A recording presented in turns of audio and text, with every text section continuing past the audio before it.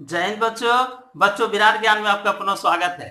बच्चों आज का यह वीडियो केमिस्ट्री से है जो 10th क्लास के लिए है। इसमें हम समीकरण को संतुलित करना सीखेंगे।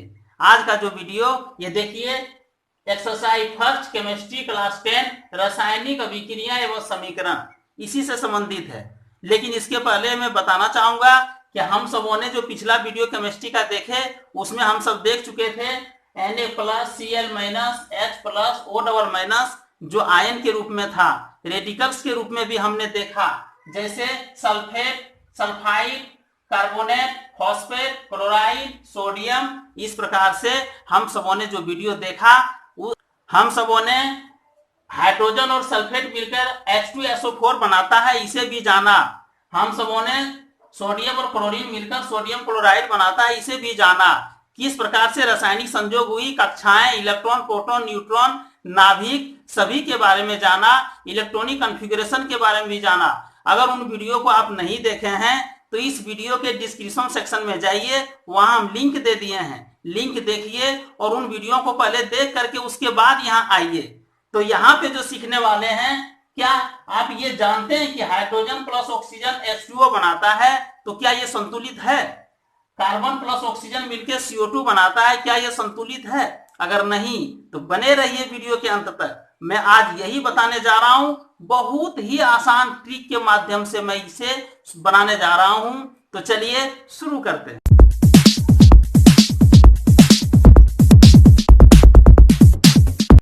आइए बच्चों, जरा रासायनिक अभिक्रिया के बारे में जान लें।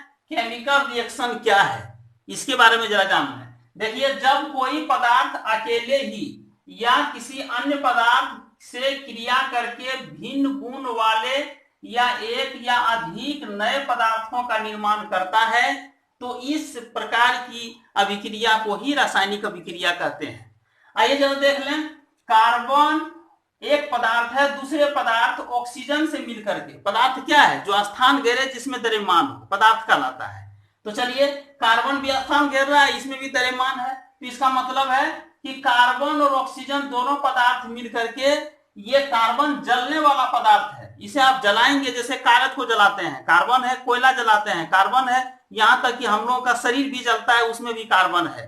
जो भी वस्तु जलने वाला हो, जलता हो, वो सभी कार्बन है। तो कार्बन को जब जलाते हैं ऑक्सीजन के साथ, तो ऑक्सीजन जब तक नहीं रहेगा तो वो जलेगा ही नहीं। जैसे खाना पकता है तो ऑक्सीजन नहीं दीजिएगा तो नहीं जलेगा, इसीलिए ऑक्सीजन वहां सहयोगी है। तो कार्बन हुआ जलने वाला, सहयोगी हुआ कौन? ऑक्सीजन जलाने वाला। लेकिन इससे जो बनता है कार्बन डाइऑक्साइड, वो धुआं है, और धुआं आग को बुझा देता है। अग्निशमक के रूप में भी इसका प्रयोग होता है। बड़े बड़े बैंक में आप देखेंगे कि CO2 ही रखा रहता है, जब आग लगेगी तो वो CO2 मार देने के बाद, CO2 गैस छोड़ने के बाद आग बुझ जाती है। आइए दूसरा देख लेते हैं। हाइड्रोजन और ऑक्सीजन मिलकर के H2O का निर्माण हुआ, तो इसका मतलब हाइड्रोजन क्या है? ये भी जलने वाला एक प्रकार की गैस है, और ऑक्सीजन सहयोगी है। दोनों जब मिल गया, बिल्कुल इन दोनों से गुण अलग हो गया।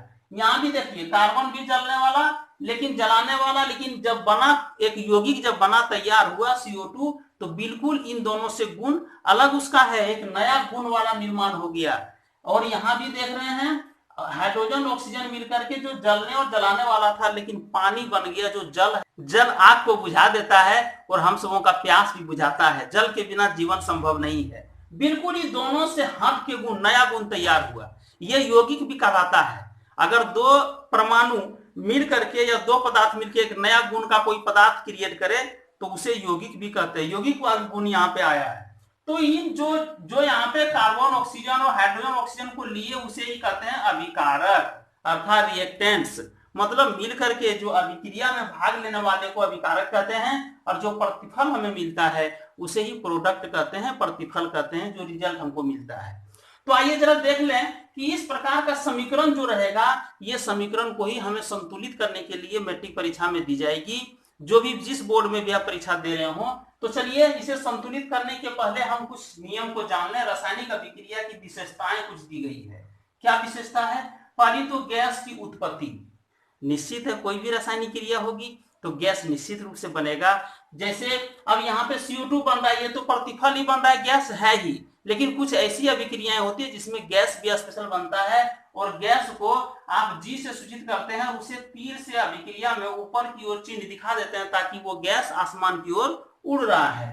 अपक्षेप का बनना, अपक्षेप मतलब जो पदार्थ पेंदी में बैठ जाए, रिएक्शन के बाद जो पदार्थ, अब जैसे चिपचिपा पदार्थ निकल जाता है, दही जैसा पदार्थ आ जाता है, सोडियम क्लोराइड के जली विलयन में सिल्वर नाइट्रेट अगर डालेंगे तो दही जैसा सफेद पदार्थ नीचे बैठ जाएगा, उसे ही कहते हैं अपक्षेप का बनना। और रंग परिवर्तन, रंग तो परिवर्तन होता ही है अभिक्रिया में, जो प्रोडक्ट जो हम अभिकारक लगाए और जो नया प्रोडक्ट मिला वो दोनों का रंग चेंज हो जाएगा, कलर चेंज हो जाएगा। अब ताप में परिवर्तन, ताप तो निश्चित रूप से ताप परिवर्तन होगा, क्योंकि आप जानते हैं कि एक ऊष्माक्षेपी होता है, एक ऊष्माशोषी होता है। अगर आप जो रिएक्टेंट्स लगाए, जो अभिकारक आपका रिएक्शन में भाग लिया और वो अभिकारक का जो रिएक्शन में भाग लिया उसका अगर टेम्परेचर बढ़ जाए एकाएक तो जानिए वो ऊष्माक्षेपी है, ऊष्माक्षेपी है। लेकिन अगर एकाएक घट जाए वो प्रतिफल का टेम्परेचर तो जान लीजिए वो ऊष्माशोषी है, अर्थात ऊष्मा का अवशोषण हुआ है। चलिए अवस्था में परिवर्तन, तो अवस्था भी परिवर्तन हो जाता है, क्योंकि यहाँ पे दोनों गैस है, ऑक्सीजन और हाइड्रोजन दोनों गैस है, लेकिन जल जो बना वो लिक्विड है, अर्थात अवस्था भी बदल गई। नोट कर लीजिए इसे। अब आइए जरा देखते हैं कि रासायनिक समीकरण को लिखने का क्या नियम है, क्या तरीका है।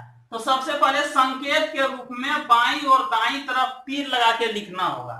जैसे कार्बन को हम कार्बन नोट लिख करके उसका संकेत ही लिखेंगे तो आसान पड़ेगा, जगह भी कम लगेगा, क्योंकि आप जो रिएक्शन कर रहे हैं वो तो निश्चित रूप से किसी पात्र में कर रहे हैं, जो भी रिएक्शन हो रहा है किसी पात्र में हो रहा है पदार्थों का रिएक्शन। लेकिन यहाँ तो आपको कॉपी में स्पष्ट रूप से लिख करके दिखाना होगा कि हमने इन पदार्थों का रिएक्शन यहाँ पे किया है। अभिकारक के रूप में, रिएक्टेंट के रूप में हमने किन किन पदार्थों को लिया है, तो उसे आप लिखेंगे। संकेत दीजिए, कार्बन का C होता है, ऑक्सीजन का O2 होता है, और तीर दिखा दीजिए। और तब यहाँ प्राप्त क्या हुआ प्रोडक्ट में, उसको भी संकेत में लिखिए कि CO2 प्राप्त हुआ। वही काम यहाँ भी किया, H2 और O2 लिए और H2O प्राप्त हुआ, इसे भी संकेत के रूप में लिखे। और प्लस का भी प्रयोग करना है, आप दो पदार्थ को मिला रहे हैं तो आप प्लस दीजिए, क्योंकि पात्र में प्लस की जरूरत नहीं है, लेकिन आपको जब रिएक्शन दिखाएंगे कॉपी में लिख करके तो आपको प्लस देना होगा, और तब आपका प्रतिफल भी प्राप्त हो जाएगा। और तब बाईं और दाईं तरफ LHS और RHS के बीच में एक तीर का दिखाना बहुत जरूरी है। आइए बच्चों, हम लोग इक्वेशन तो लिखना सीख गए, किस प्रकार से केमिकल इक्वेशन को लिखना है वो हम लोग जान गए। ये हम लोग संकेत के रूप में दिए, प्लस भी दिए और तीर भी दिए, और बायां पक्ष और दायां पक्ष, अर्थात ये रिएक्टेंट्स और प्रोडक्ट के बारे में लिख लिए, ये इक्वेशन बन गया। अब ये संतुलित है कि नहीं ये जानना बहुत जरूरी है। आइए समीकरण में बायां पक्ष और दायां पक्ष जरा सा देख लीजिए। संतुलित रासायनिक समीकरण के बारे में जो चर्चा है उसका डिफिनेशन है, उसको देखिए। वह रासायनिक अभिक्रिया या समीकरण जिसमें दोनों तरफ तत्व के परमाणुओं की संख्या समान हो, संतुलित रासायनिक समीकरण कहलाता है। बायां पक्ष में भी और दायां पक्ष में भी समान होनी चाहिए परमाणुओं की संख्या तत्व का। आखिर क्यों? तो देखिए नीचे कहा गया है कि सामान्य रासायनिक अभिक्रिया में तत्व का ना तो निर्माण हो सकता है न ही नाश, अर्थात कोई भी रासायनिक अभिक्रिया होगा उसमें तत्व का निर्माण या तो नाश नहीं होगा। जो अभिकारक होगा रिएक्टेंट्स होगा और वही प्रोडक्ट भी होगा, अर्थात जितनी परमाणु इधर रहेगी उतनी ही परमाणु तीर के उस पार भी दायां पक्ष में भी होगी, अर्थात प्रोडक्ट भी हमें जो यौगिक प्राप्त होगा, जो पदार्थ प्राप्त होगा वो इन्हीं परमाणुओं की सहायता से बनेगा, और जितनी परमाणुओं की संख्या इधर होगी उतनी ही परमाणु उधर भी होंगे। यही चर्चा है। तो संतुलित हमें करना है, अर्थात यहाँ हाइड्रोजन 2 है। तो आइए जरा इस डायग्राम को भरें। आइए इस तीर को देखें, हाइड्रोजन कितना है 2 है बायां पक्ष में, और क्लोरीन कितना है 2 है, ऑक्सीजन इसमें नहीं है, तो तीर दे दीजिए। और हाइड्रोजन दायां पक्ष में कितना है 1 है और क्लोरीन 1 है, तो इसका मतलब समीकरण संतुलित नहीं हुआ। तब क्या करिएगा आप सोचिए जरा, जितना हाइड्रोजन इधर है उतना हाइड्रोजन लाने का कम से कम प्रयास कीजिए। तो 2 हाइड्रोजन है तो राइट साइड में 2 से मल्टीप्लाई हम कर देंगे, तो कितना इधर हाइड्रोजन हो गया, हाइड्रोजन भी 2 हुआ और क्लोरीन भी 2 हो गया, लगता है हो गया। आइए देखिए दायां पक्ष में हाइड्रोजन भी 2, क्लोरीन भी 2, इसका मतलब यह समीकरण संतुलित है, इसीलिए इसको कहेंगे संतुलित है, यह समीकरण संतुलित है। आइए इसको जरा देख लें, जरा सा इसका भी डायग्राम को भरिए।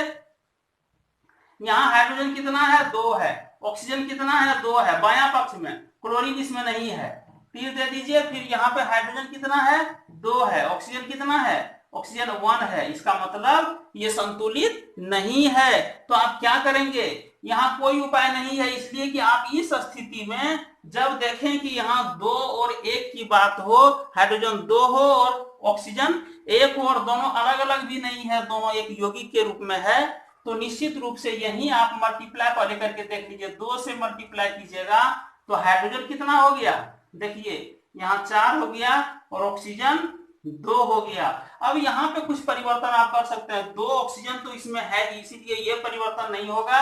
इस हाइड्रोजन में 2 से मल्टीप्लाई करने पर मेरा 4 हाइड्रोजन भी हो जाएगा, अर्थात दोनों तरफ हाइड्रोजन ऑक्सीजन दोनों बराबर हो गया। इसके आधार पर आप कह सकते हैं कि यह भी समीकरण संतुलित है। इसका मतलब यह भी संतुलित हो गया। आइए और समीकरण को लेकर के उसे संतुलित करने का प्रयास करें।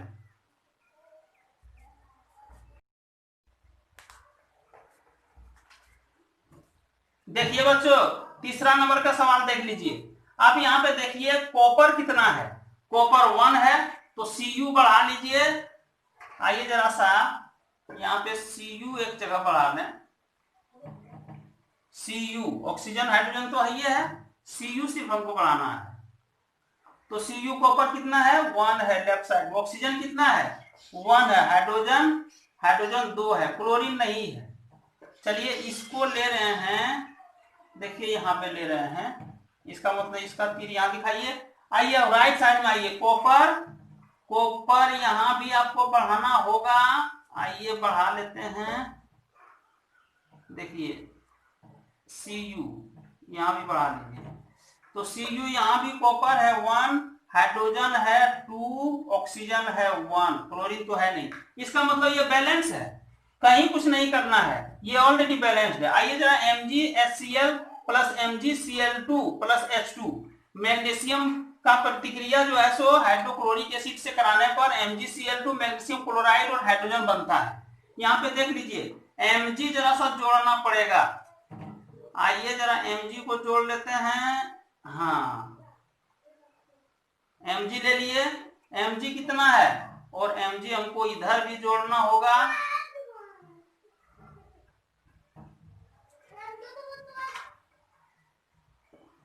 Mg इधर भी जोड़ लिए हैं, तो कितना Mg है इसमें, आइए जरा सा देख लें। Mg है हमारा 1 Mg है, हाइड्रोजन 1 है, क्लोरीन भी 1 है, यहाँ पे Mg 1 है, Mg इधर भी 1 है, क्लोरीन 2 है, तो 2 लिख लीजिए, हाइड्रोजन 2 है। इसका मतलब कॉपर इसमें नहीं है, कॉपर को काट दीजिए, और ऑक्सीजन भी इसमें नहीं है, ऑक्सीजन भी कैंसिल हो जाएगा। तो कुल मिलाकर के आप देखिए यहाँ पे कि इसमें ये बैलेंस नहीं है। अब क्या करेंगे आप, क्योंकि यहाँ Cl2 है तो Cl को 2 जरूर करने की कोशिश कीजिए, Cl को। तो Cl जो ही 2 किए, हाइड्रोजन भी 2 हो गया, हाइड्रोजन यहाँ 2, इसका मतलब बैलेंस हो गया। तो क्लोरीन को, हाइड्रोजन को भी 2 लिखिए और क्लोरीन को भी 2 लिखिए, इसका मतलब ये इक्वेशन हमारा बैलेंस्ड है। आइए N2O2, तो नाइट्रोजन भी 2 है, ऑक्सीजन भी 2 है, इसका मतलब 2 यहाँ लगा देंगे तो दोनों हो गया, दोनों तरफ मतलब बायां पक्ष में भी और दायां पक्ष में भी परमाणुओं की संख्या बराबर हो जाती है। इसमें भी कार्बन है, ऑक्सीजन है, तो कार्बन ऑक्सीजन जितना है उतना ही है, इसका मतलब बायां और दायां सेम है, अतः यह भी समीकरण पूरी तरह बैलेंस्ड है। आइए कुछ और उदाहरण आपको होम टास्क के रूप में देते हैं। आइए बच्चों, इन सवालों को संतुलित करके देखिए। अगर आपसे नहीं बनता है तो मैं नए वीडियो में इसे संतुलित करके डाल दूंगा, इसे नोट कर लीजिए। बच्चों, वीडियो बड़ा हो रहा है, समय की कमी है, इसलिए मैं इस वीडियो को यहीं रोक रहा हूं। आशा करता हूं कि आपको ये वीडियो बहुत ही फायदेमंद लगा होगा। अगर कुछ कमी रह गई हो तो कमेंट सेक्टर में लिखिए, और हमारे जो पुराने वीडियो उसे देखने के लिए हमारे डिस्क्रिप्शन सेक्टर में जाइए और वीडियो को देख करके और लाभ उठाइए। चलिए बच्चों, नए वीडियो के लिए जय हिंद बच्चों, जय भारत।